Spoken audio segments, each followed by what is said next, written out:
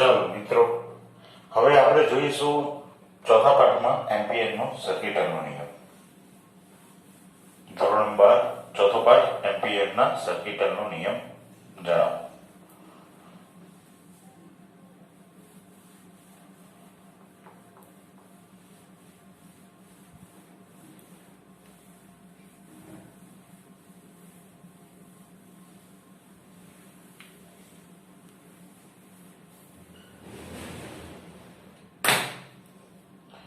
તો દોસ્તો, અહીંયા જોઈ લઈએ આપણે એમ્પિયરના સર્કિટનો નિયમ જણાવો.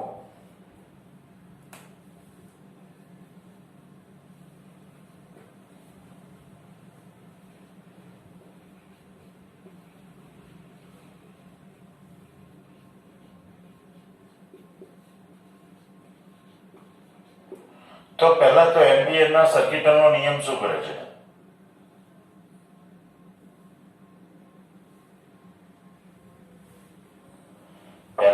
એમ્પિયરનો સર્કિટનો નિયમ શું કરે છે? તો એ બાયો-સાવર્ટના નિયમની એક વિશિષ્ટ રજૂઆત, એટલે કે એક બીજા પ્રકારની સીધી રજૂઆત છે જે બાયો-સાવર્ટના નિયમને સાબિત કરે છે. એટલે કે ચુંબકીય ક્ષેત્ર શોધવા માટેનો નિયમ છે એમ્પિયરના સર્કિટનો નિયમ. હવે આ નિયમના આધારે શું કરવામાં આવે છે? તો આ નિયમના આધારે એક નિયત સીમા રેખા ધરાવતી સપાટી નક્કી કરવામાં આવે છે. હવે એક નિયત સીમા રેખા ધરાવતી સપાટીને નક્કી કરો. તો આકૃતિમાં તમને એક નિયત સીમા રેખા ધરાવતી સપાટી દર્શાવેલ છે, બરોબર? તો આકૃતિમાં તમને એક નિયત સીમા રેખા ધરાવતી સપાટી દર્શાવેલ છે. આ સપાટી કેવી રીતે બનેલી છે? તો આ સપાટી સીમા રેખાઓ એની કઈ છે? તો સીમા રેખાઓ છે જે આ બ્લુ કલરની લાઈન છે એ સપાટી છે, એ સપાટી છે.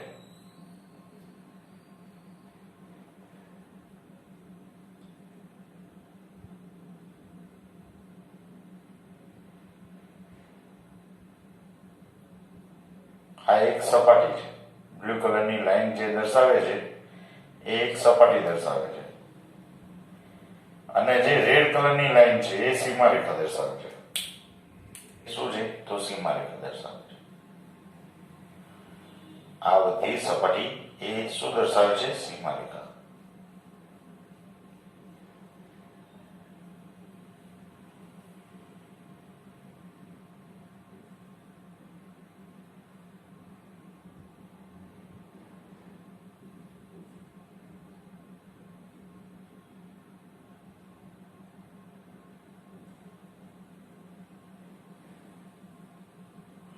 તો આકૃતિમાં તમને નિયત સીમા રેખા ધરાવતી એક સપાટી દર્શાવેલ છે. આ સપાટીમાંથી વિદ્યુત પ્રવાહ પસાર થાય છે. તો આ સપાટીમાંથી આપણે વિદ્યુત પ્રવાહ આકૃતિમાં દર્શાવ્યા પ્રમાણે વિદ્યુત પ્રવાહ પસાર કરવામાં આવે છે. જે સપાટીને કેવા છે? તો જે સપાટીને લંબ છે, એટલે સપાટીની અંદર દાખલ થાય છે, પૃષ્ઠમાં દાખલ થાય છે, અને બીજી બાજુથી શું થાય છે? બહાર નીકળે છે. તો આ વિદ્યુત વાહક તારો વિદ્યુત પ્રવાહ ધારિત વાહક તારો જે પૃષ્ઠમાં દાખલ થાય છે, બીજી બાજુથી બહાર નીકળે છે. તો આકૃતિમાં સપાટીમાં દાખલ થતા અને બહાર નીકળતા વિદ્યુત પ્રવાહો દર્શાવેલા છે.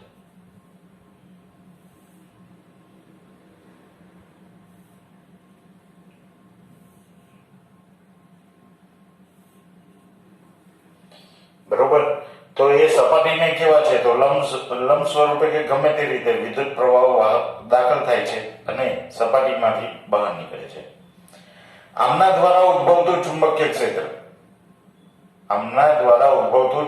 ક્ષેત્ર એ નિયત સીમા ધરાવતી રેખાઓ ઉપર સંપાત થાય છે, એટલે નિયત સીમા રેખાઓ ધરાવતી દિશામાં હોય છે, બરોબર?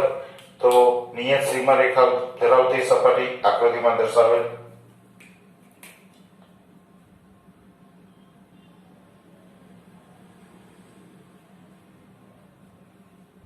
બાયો-સાવર્ટના નિયમ ને એમ્પિયર ના સર્કિટ નિયમ વડે પણ દર્શાવી શકાય. બરોબર.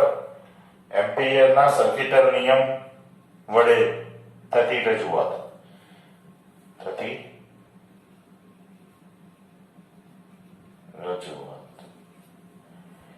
એટલે એમ્પિયરનો સર્કિટલ નિયમ શું કરે છે? તો બાયો-સાવર્ટના નિયમને જ સાબિતી આપે છે. હવે તે માટે શું ધ્યાનમાં લીધું? સપાટી નિયત સીમા ધરાવતી સપાટી. બરોબર, ધ્યાનમાં લો.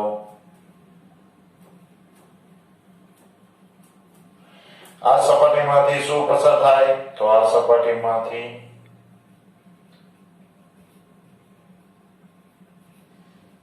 વિદ્યુત પ્રવાહો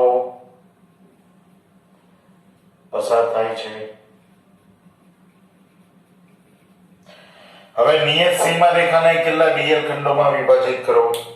તો નિયત સીમા રેખાને ડીએલ ખંડોમાં વિભાજિત કરેલ છે.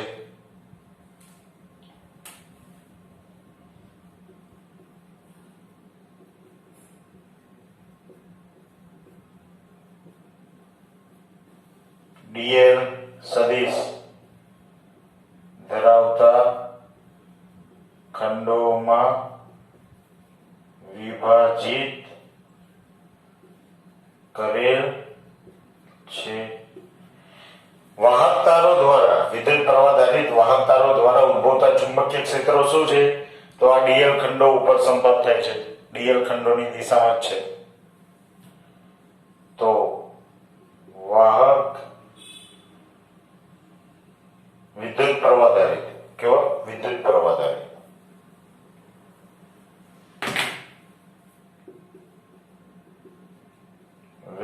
પ્રવાહ આધારિત વાહક તાર દ્વારા ઉદ્ભવતા ચુંબકીય ક્ષેત્રો. તો વાહક તાર દ્વારા ઉદ્ભવતું ચુંબકીય ક્ષેત્ર કેવું છે? તો સપાટી પર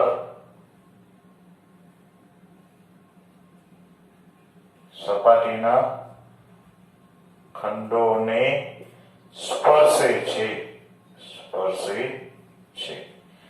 બરોબર. હવે આ ચુંબકીય ક્ષેત્રોને સપાટી પર સીમારેખા પર સપાટીના ખંડોને નહીં, સીમારેખાના ખંડોને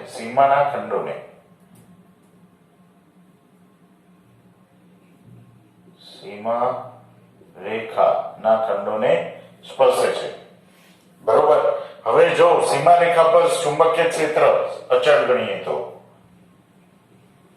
સીમા પર ચુંબકીય ક્ષેત્ર B અચળ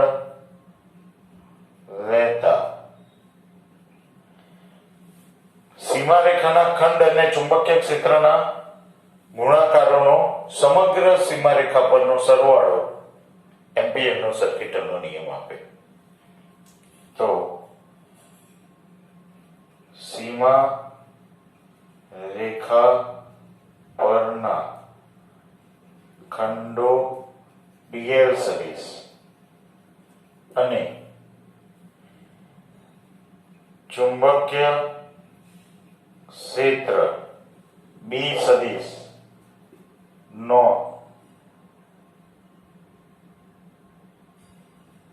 ગુણાકાર કરી જો સીમા રેખા પરના ખંડ ડીએલ સદિશ અને ચુંબકીય ક્ષેત્ર બી સદિશ નો ગુણાકાર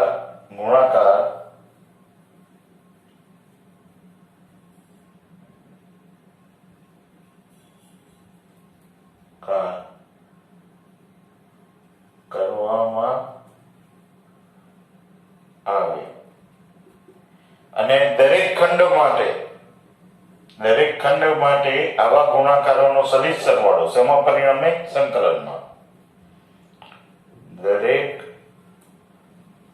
ખંડ માટે dl સદિશ ડોટ b સદિશ. બરોબર? કેમ? કારણ કે આ સ્પર્શકની દિશામાં છે. dl ખંડ ઉપર સ્પર્શકની દિશામાં. એટલે સ્પર્શક એટલે કેવો હોય? તો dl ખંડની જ દિશામાં. અહીંયા ધારો કે હું અહીંયા એક ખંડ લઈ લઉં. અહીંયા ખંડ લઈ લઈએ તો આ એનો સ્પર્શક. તો સ્પર્શક દોરીએ ને dl ખંડ બંને કેવી દિશામાં મળે? તો એક જ દિશામાં.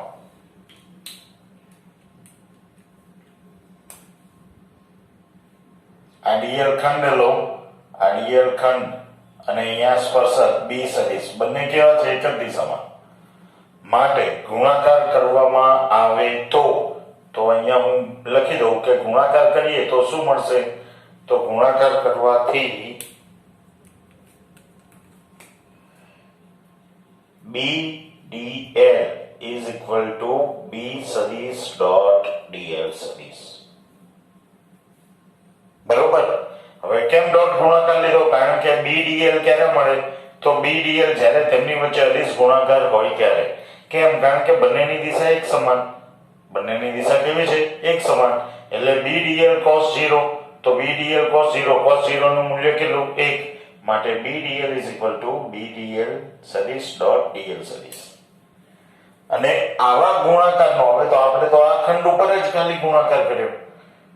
તો આવા ગુણાકારો સમગ્ર સીમા પરના આવા ગુણાકારોનો સદિશ સરવાળો એ સંકલનમાં પરિણમે. તો સમગ્ર સીમા પર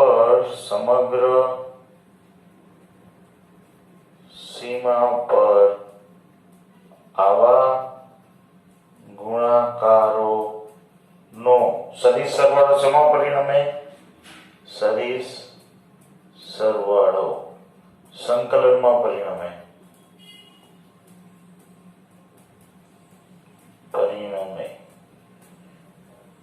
બરોબર ને? માટે સંકલનમાં પરિણમે. ખ્યાલ આવે? તો એ સંકલનનું મૂલ્ય કોના જેટલું મળે? તો તેના દ્વારા ઘેરાતા વિદ્યુત પ્રવાહ અને શૂન્ય અવકાશની પરમિએબિલિટીના ગુણાકાર જેટલું. બરોબર? તો રેખાખંડો પર સમગ્ર સીમા રેખાખંડો પર b સદિશ અને સીમા રેખાખંડોના ગુણાકારનો સદિશ સરવાળો. બરોબર? એ તેના દ્વારા ઘેરાતા વિદ્યુત પ્રવાહ અને શૂન્ય અવકાશની પરમિએબિલિટીના ગુણાકાર જેટલું હોય છે. હવે આવા ગુણાકારને શું કરવામાં આવે? તો આ જે સંકલનમાં પરિણમ્યું ને, તો એને સંકલનમાં હું આ પ્રમાણે લખી શકું. સંકલન બંધ ગાળા પર b સદિશ ડોટ dl સદિશ. એટલે શું કહેવાય આને? તો ચુંબકીય ક્ષેત્ર રેખાનું dl ખંડો પર રેખા સંકલન. ચુંબકીય ક્ષેત્ર રેખાનું રેખા સંકલન. તો ખંડ કયું છે? ખંડ એટલે રેખાખંડ છે. રેખાખંડ છે તો અહીંયા રેખા છે. તો ચુંબકીય ક્ષેત્ર રેખાનું રેખા સંકલન. તો બંધ ગાળા પર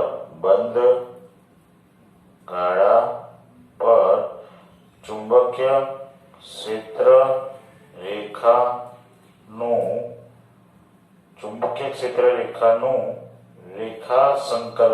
રેખા સંકલન. બરોબર? જોઈ લો, આટલું જોઈ લો. પછી આગળ આપણે ખાલી નિયમન લખવાનો બાકી રહ્યો. તો નિયમ શું બની જાય?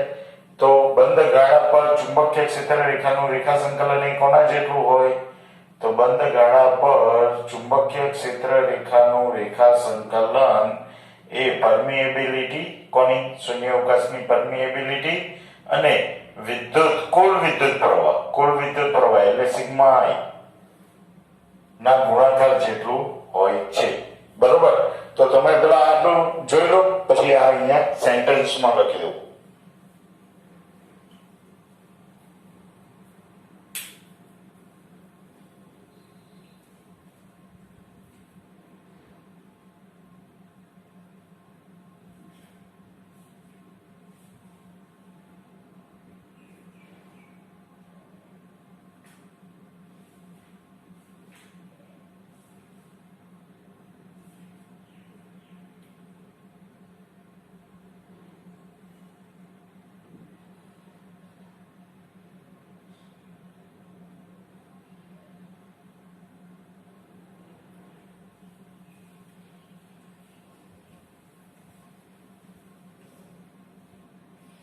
તો ચાલો હવે હું અહીંયા સેન્ટેન્સમાં લખું છું એમ્પિયરનો નિયમ.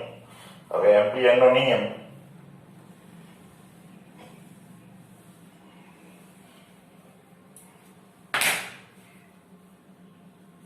તો હવે નિયમ તો નિયમ શું કહે છે? કોનો? એમ્પિયરનો, સર્કિટર નિયમ.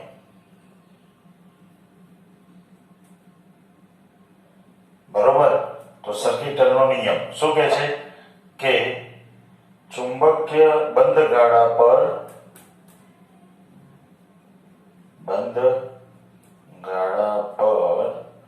ચુંબકીય ક્ષેત્ર રેખાનું રેખા સંકલન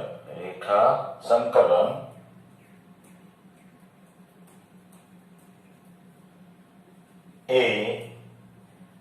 તેના દ્વારા અથવા તો સપાટીમાંથી પસાર થતા વિદ્યુત પ્રવાહ, કુલ વિદ્યુત પ્રવાહ એ સપાટીમાંથી પસાર થતા કુલ વિદ્યુત પ્રવાહ અને μ0 એટલે કે શૂન્ય અવકાશની પરમિએબિલિટી ના ગુણાકાર જેટલું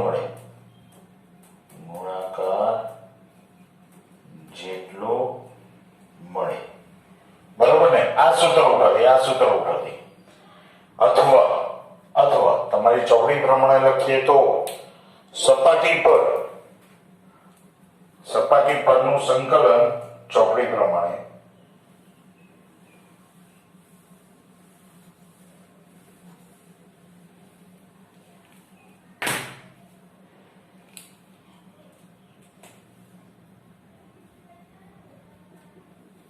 અથવા સપાટી પર B સદિશ ડોટ TL સદિશ નું સંકલન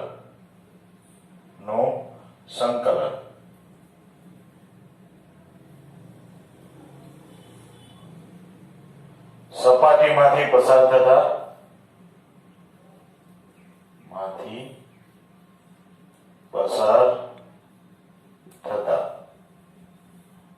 બરોબર વિદ્યુત પ્રવાહ અને μ0 વિદ્યુત પ્રવાહ I અને μ0 ના ગુણાકાર જેટલો. હવે સપાટી પર નહીં, સપાટીની સીમા રેખા પર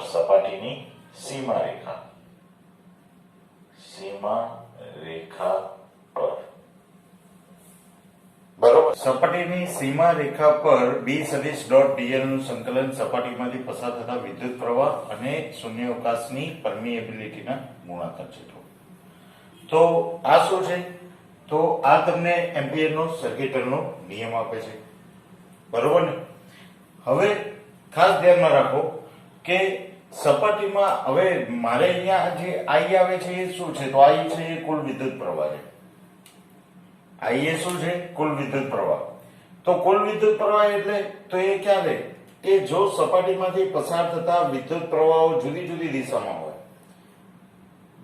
દિશામાં હોય ત્યારે વિદ્યુત પ્રવાહની દિશા જમણા હાથના નિયમ અનુસાર નક્કી કરવામાં આવે છે. બરોબર. સપાટીની સીમા રેખા એટલે કઈ? તો સીમા રેખા dl જે dl ખંડોમાં વિભાજિત થયેલ છે. હવે હું આ સપાટીને તમને વધારે સારી રીતે દર્શાવું એટલે તમને ખ્યાલ આવી જશે કે dl ખંડો સાહેબ કઈ વાત કરે છે. તો સપાટીને આપણે આ પ્રમાણે ગોઠવી દીધી. હવે આપણે ચોપડી પ્રમાણે લેતા નથી. હવે અહીંયા જે સપાટી દર્શાવી છે તો એ આ સપાટી છે. બરોબર. આ સપાટી. હવે આખી સપાટીને આપણે નાના નાના ખંડોમાં વિભાજિત કરી દીધી.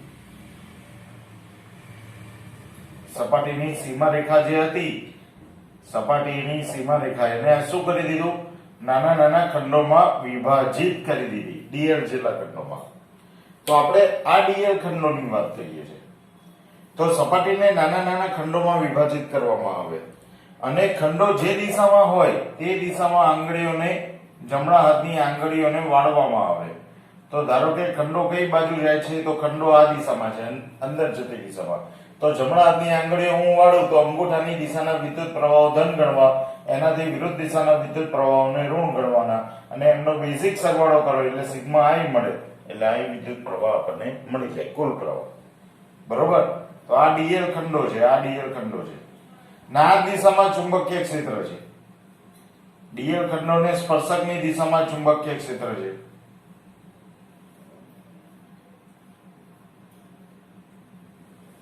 બરોબર.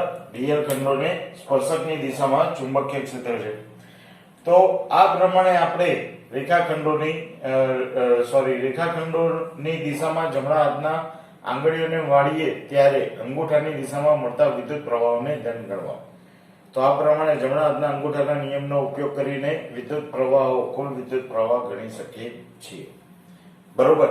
હવે જે આ બંધ ગાળો, આ સપાટી જે લેવામાં આવી, તો આ સપાટીનો બંધ ગાળો, આને શું કહેવાય? તો એમ્પિરિયન લૂપ. શું કહેવામાં આવે? એમ્પિરિયન લૂપ. હવે આ લૂપને પસંદ કરવા માટેના પણ અમુક નિયમો આપેલા છે. તો લૂપને કેવી રીતે પસંદ કરી શકાય? તો લૂપને પસંદ કરવા માટેના 3 નિયમો છે. તો 3 નિયમો કયા કયા? તો એમ્પિરિયન લૂપ અને ચુંબકીય ક્ષેત્ર એ ગાળાને કે લૂપને કેવું હોવું જોઈએ? તો સ્પર્શકની દિશામાં. તો પહેલો નિયમ, લૂપ નક્કી કરવા માટે, તો લૂપ નક્કી કરવા માટેના નિયમ.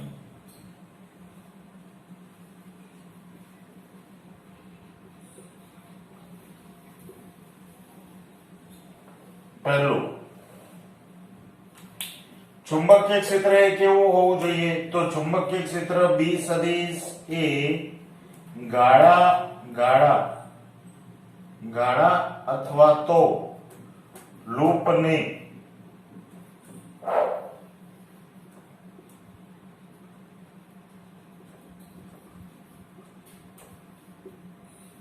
સ્પર્શક સ્વરૂપે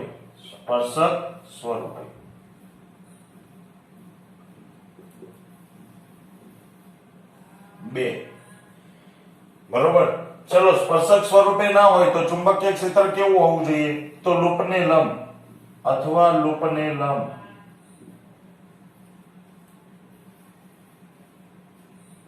અથવા B સદિશ એ લૂપને લંબ હોવું જોઈએ. બરોબર. પછી B નું મૂલ્ય કેવું હોવું જોઈએ? તો સમગ્ર લૂપ ઉપર અચળ હોવું જોઈએ.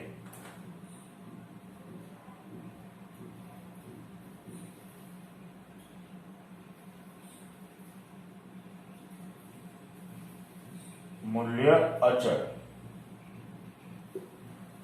ચલો, ત્રીજું, અથવા B કેવું રહેવું જોઈએ? તો B એ સમગ્ર લૂપ પર નાશ પામતું હોવું જોઈએ. તો B નું સમગ્ર લૂપ પર કેવું થવું જોઈએ? શૂન્ય થવું જોઈએ.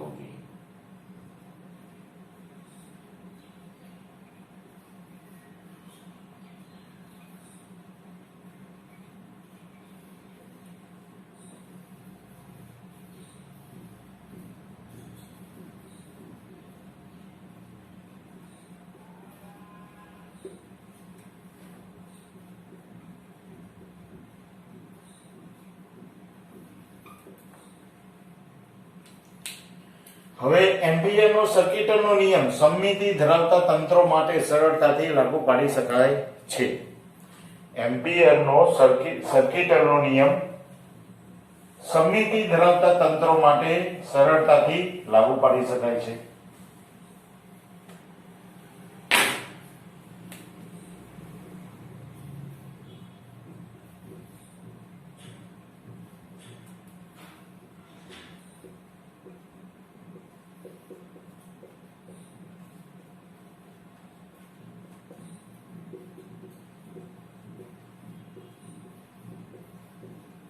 સમિતિ ધરાવતા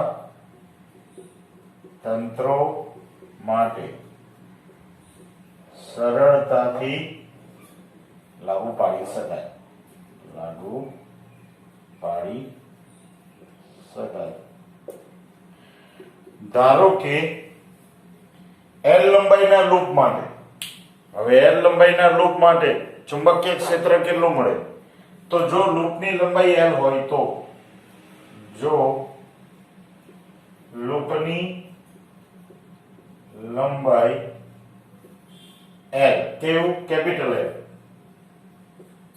હોય તો ચુંબકીય ક્ષેત્ર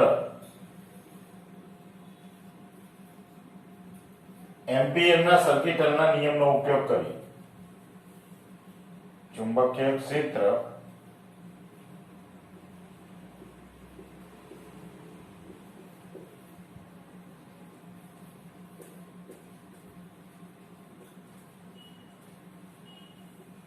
ના નિયમ મુજબ શું થશે? બંધ ગાળા પર ચુંબકીય ક્ષેત્ર રેખાનું રેખા સંકલન μ0 I. I એ શું છે? તો લૂપ દ્વારા ઘેરાતો પ્રવાહ. I એ શું છે? લૂપ દ્વારા ઘેરાતો પ્રવાહ. તો હવે અહીંયા શું મળી જશે? તો B એ લૂપની દિશામાં એટલે કે સ્પર્શકની દિશામાં છે. તો B એ લૂપ પર અચળ અને સ્પર્શકની દિશામાં હોય તો લૂપ પર અચળ અને સ્પર્શકની દિશામાં હોય તો સંકલન dl સદિશ ઇઝ ઇક્વલ ટુ L. સંકલન dl is equal to L. હવે dl અને b ની દિશા કેવી છે? એક જ. કેમ? કારણ કે સ્પર્શકની દિશામાં છે. dl ને સ્પર્શક સ્વરૂપે છે. માટે b સંકલન dl બંધ ગાળા પર ઇઝ ઇક્વલ ટુ μ0 I. હવે સંકલન dl is equal to L, લૂપની લંબાઈ, માટે bl is equal to μ0 I. માટે b ઇઝ ઇક્વલ ટુ કેટલા? તો μ0 I upon L. બરોબર? μ0 I upon L. ખ્યાલ આવ્યો? તો આ પ્રમાણે આપણને ચુંબકીય ક્ષેત્ર મળે L લંબાઈના લૂપ માટે. બરોબર? L લંબાઈના લૂપ માટે. હવે જો અનંત વાહકતા, તો અનંત વાહકતા લઈ લઈએ. અનંત લંબાઈનો ખૂબ લાંબો વાહકતા, તો ખૂબ લાંબા વાહકતાને સામાન્ય રીતે અનંત લંબાઈના વાહકતા તરીકે ઓળખવામાં આવે છે. તો અનંત લંબાઈના વાહકતા માટે લૂપની લંબાઈ કેટલી થઈ જાય?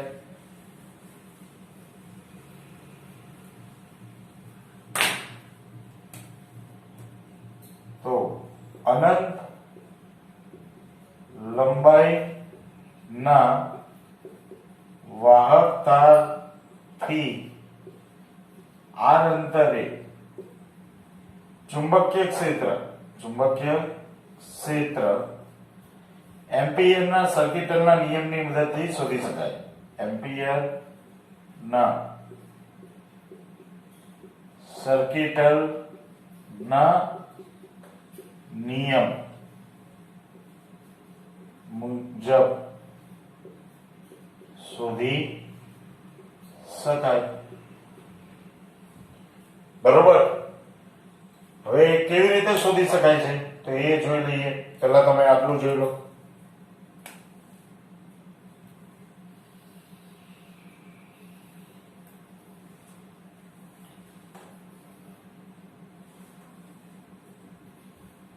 આ ફટાફટ જોઈ લો એટલે આપણે અહીંયાથી ચાલુ કરી દઈએ. આ ભૂસી કાઢું છું. આ લૂપ નક્કી કરવા માટેના 3 નિયમો છે.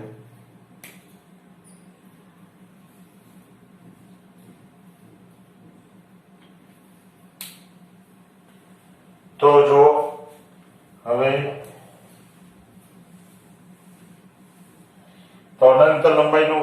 પેલા લઈ લઈએ. તો અહીંયા આકૃતિમાં અનંત લંબાઈનો વાહકતાર દર્શાવેલો છે.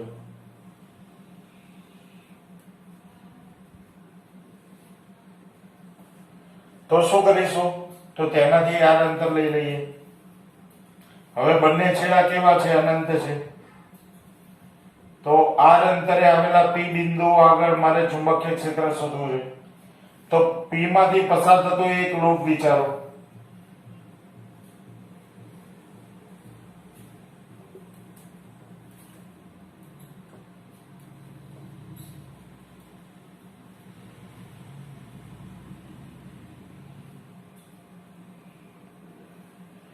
તો શું કર્યું આપણે? તો પી માંથી પસાર થતું એક લૂપ ધ્યાનમાં લીધું.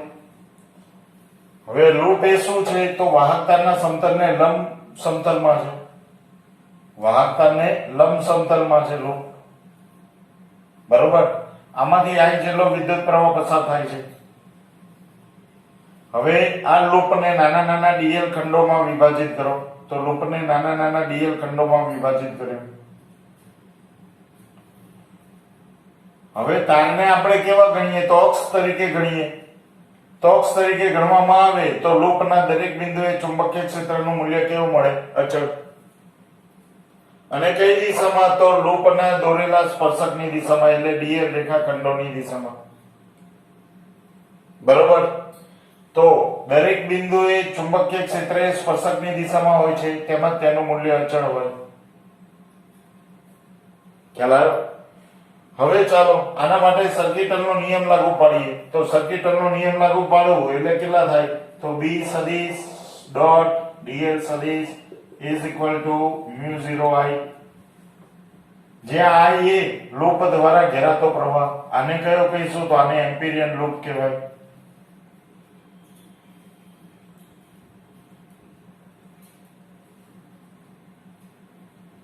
બરોબર. હવે B અને dl ની દિશા કેવી? તો અહીંયા કોઈ એક ખંડ dl લઈ લો. તો અહીંયા B ની દિશા એટલે B ની દિશા તો જમણા હાથના નિયમ અનુસાર, તો અંગૂઠાને આપણે વિદ્યુત પ્રવાહની દિશામાં, તો આંગળીઓ લૂપની દિશામાં, એટલે અહીંયા સ્પર્શકની દિશામાં છે. તો B એ સ્પર્શકની દિશામાં. તો B અને dl બંને કેવી દિશા છે? એક જ દિશામાં. આ B લઈ લો અને dl ખંડો પણ એક દિશામાં છે. તો B અને dl એક જ દિશામાં હોય માટે અહીંયા શું આવી જાય? તો B dl cos 0. cos 0 ની કિંમત 1 એટલે લખતો નથી, μ0I. હવે અહીંયા શું કરીશું? તો dl ખંડનું સમગ્ર વર્તુળાકાર ગાળા ઉપર એટલે લૂપ પર સંકલન. તો dl ખંડનું સંકલન જે કોના જેટલું મળે? તો વર્તુળના પરિઘ જેટલું. તો μ0I. તો અત્યારે હાલ આને dl is equal to l લૂપની લંબાઈ. તો અનંત લંબાઈના વાહકતાર દ્વારા મળતું ચુંબકીય ક્ષેત્ર B dl μ0I. l ને નીચે લઈ જાઓ તો B is equal to μ0I upon l. હવે l is equal to શું છે? તો લૂપની લંબાઈ. તો લૂપ એ કેવું છે? વર્તુળાકાર. તો વર્તુળાકાર લૂપની લંબાઈ કેટલી? તો તેના પરિઘ જેટલી, એટલે μ0I upon 2πr. તો એનો પરિઘ જેટલી લંબાઈ મળે એટલે ચુંબકીય ક્ષેત્ર μ0I upon 2πr. બરોબર. તો અનંત લંબાઈના વાહકતાર દ્વારા ઉદ્ભવતું ચુંબકીય ક્ષેત્ર કેટલું મળે? μ0I upon 2πr જેટલું, અથવા તો μ0I upon l જેટલું. કમ્પ્લીટ. હવે આની અંદર જે ધ્યાનમાં રાખવા જેવી બાબતો કઈ? તો આપણા દ્રષ્ટિકોણથી મહત્વની બાબતો. તો અનંત લંબાઈના ચુંબકીય ક્ષેત્રનું સૂત્ર લખો અને તમારા દ્રષ્ટિકોણથી તેને મહત્વની ધ્યાનમાં રાખવા જેવી બાબતો નોંધો. તો અહીંયા અનંત લંબાઈનો વાહકતાર છે માટે દરેક બિંદુ સમમિતિ ધરાવે. તો અનંત લંબાઈનો વાહકતાર હોવાથી આપણા દ્રષ્ટિકોણથી ધ્યાનમાં રાખવા જેવી બાબતો અથવા તો મહત્વની બાબતો. તો અનંત લંબાઈના વાહકતાર માટે મહત્વની બાબતો.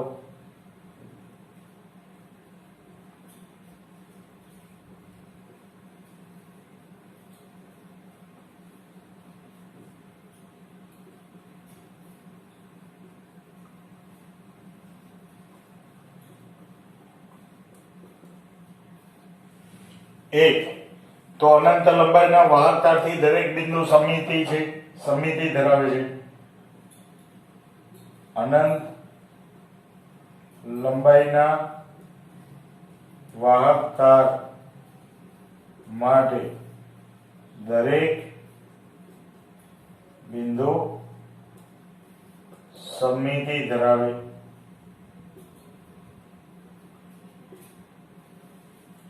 વાહકતાને અક્ષ તરીકે ગણીએ તો r અંતરે આવેલા દરેક બિંદુએ ચુંબકીય ક્ષેત્ર અચળ.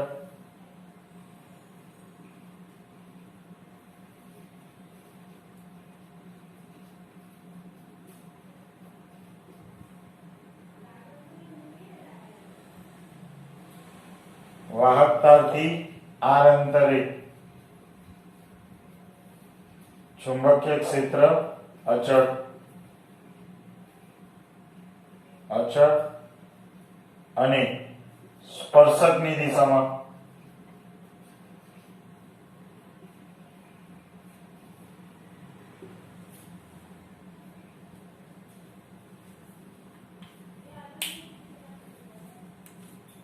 હવે વાહકતારથી અચળ ચુંબકીય ક્ષેત્ર ગણી લઈએ તો ચુંબકીય ક્ષેત્ર રેખાઓ શું કરે છે તો બંધ ગાળા રચે છે વાહકતાની આસપાસ. જે એમ્પિયરના નિયમની ઓસ્ટેનના અવલોકનની સૈદ્ધાંતિક રજૂઆત છે. બરોબર. તો અચળ ગણાતી ચુંબકીય ક્ષેત્ર રેખાઓ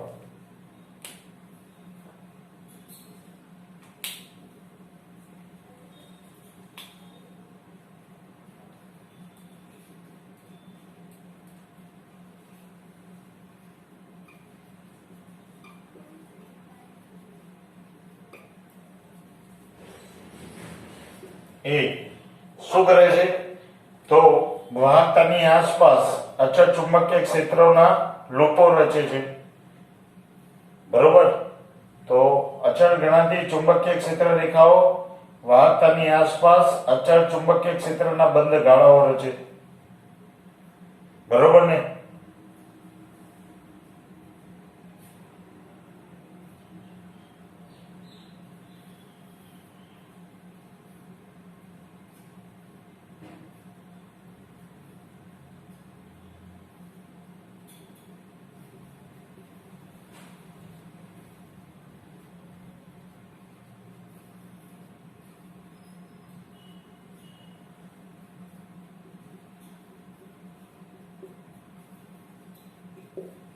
જે ઓસ્ટેનના અવલોકનની કેવી રજૂઆત તો સૈદ્ધાંતિક રજૂઆત. બરોબર. બીજું કે અનંત વાહકતાથી r અંતરે ઉદ્ભવતું ચુંબકીય ક્ષેત્ર કેવું હોય છે તો નળાકારીય સમમિતિ ધરાવે છે. અનંત લંબાઈના વાહકતાથી r અંતરે ઉદ્ભવતું ચુંબકીય ક્ષેત્ર નળાકારીય સમમિતિ ધરાવે છે. બરોબર. ત્રીજું કંઈક આપણે લેવું હોય કે ભાઈ જો તો જેમ જેમ વાહકતા અનંત લંબાઈ હોવા છતાં વાહકતાની સપાટી એટલે વાહકતાની તદ્દન નજીક ચુંબકીય ક્ષેત્ર અનંત હોતો નથી, પરંતુ વાહકતાની ખૂબ નજીક આવતા તેનું ચુંબકીય ક્ષેત્રનું મૂલ્ય કેવું થાય તો વધે છે. તો વાહકતાની ખૂબ નજીક ચુંબકીય ક્ષેત્ર ઝડપથી વધે. વાહકતાની લંબાઈ અનંત હોવા છતાં ખૂબ નજીક ચુંબકીય ક્ષેત્ર અનંત હોતું નથી. વળી ચુંબકીય ક્ષેત્ર એ વિદ્યુત પ્રવાહના કેવા પ્રમાણમાં સમપ્રમાણમાં અને અંતરના વર્ગના કેવા પ્રમાણમાં તો અંતરના વર્ગના વ્યસ્ત પ્રમાણમાં.